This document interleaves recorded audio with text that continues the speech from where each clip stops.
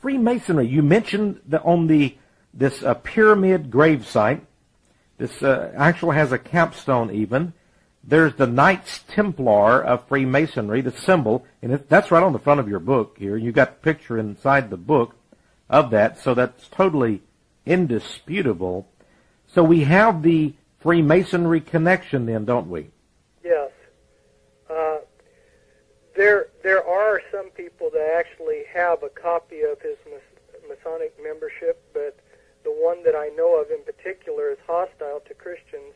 But I know 3 Christians who have managed to see the membership certificate. The actual storage place for his Masonic records are in Ireland, because it was a lodge in Ireland that chartered the lodge in Pennsylvania that he belonged to. So the records always go back to the mother lodge.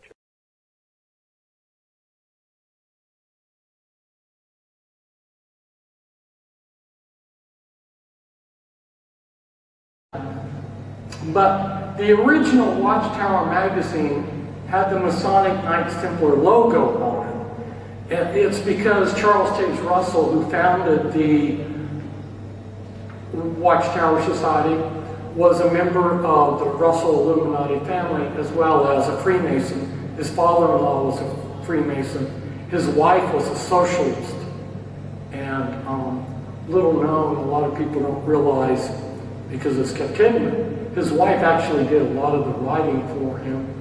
And she, if you look at the roots of socialism and communism, you'll see it goes back to these occult secret societies. So it all ties in.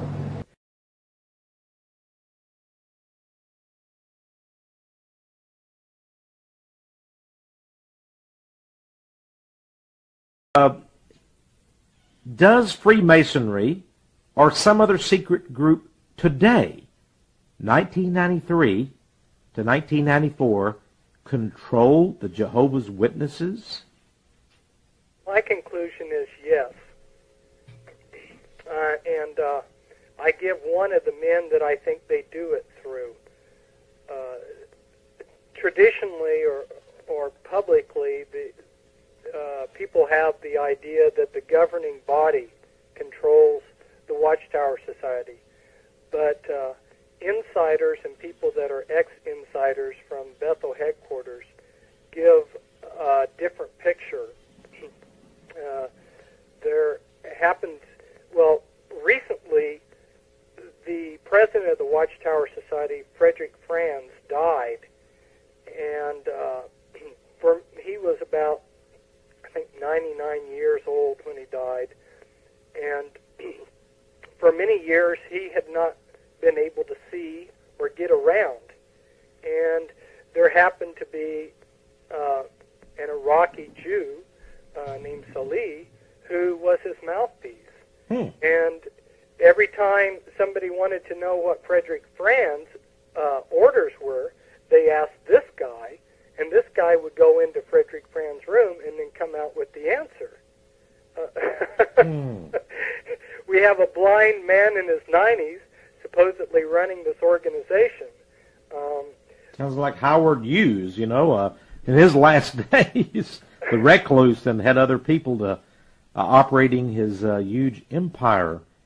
Right, and boy, then the financial department of the Watchtower Society is more or less a law unto itself. There's a lot of hidden politics going on, and connections to some of the very powerful elite in the world. There's connections between the Rothschilds, the Rockefellers, and the Morgans to the Watchtower Society, and all of these type of connections make me conclude that yes, the Watchtower Society is being controlled very quietly from the outside. Now, part of why the connections between Freemasonry and the Watchtower Society are a little bit obscured is because some of the teachings that they had back in Charles Taze Russell's time have changed. And in the Watchtower and Masons book, I go through and I show at least 35 parallel beliefs. One of the things that Charles Ferguson, who wrote a book on the Freemasons, he said that what Freemasonry did, and this is just such an awesome statement that I might repeat it here. He said, Freemasonry had the supreme dexterity to replace a mysterious divinity with a divine mystery. And that's exactly what Charles Taze Russell did. He was always talking about the divine plan, the divine mystery. And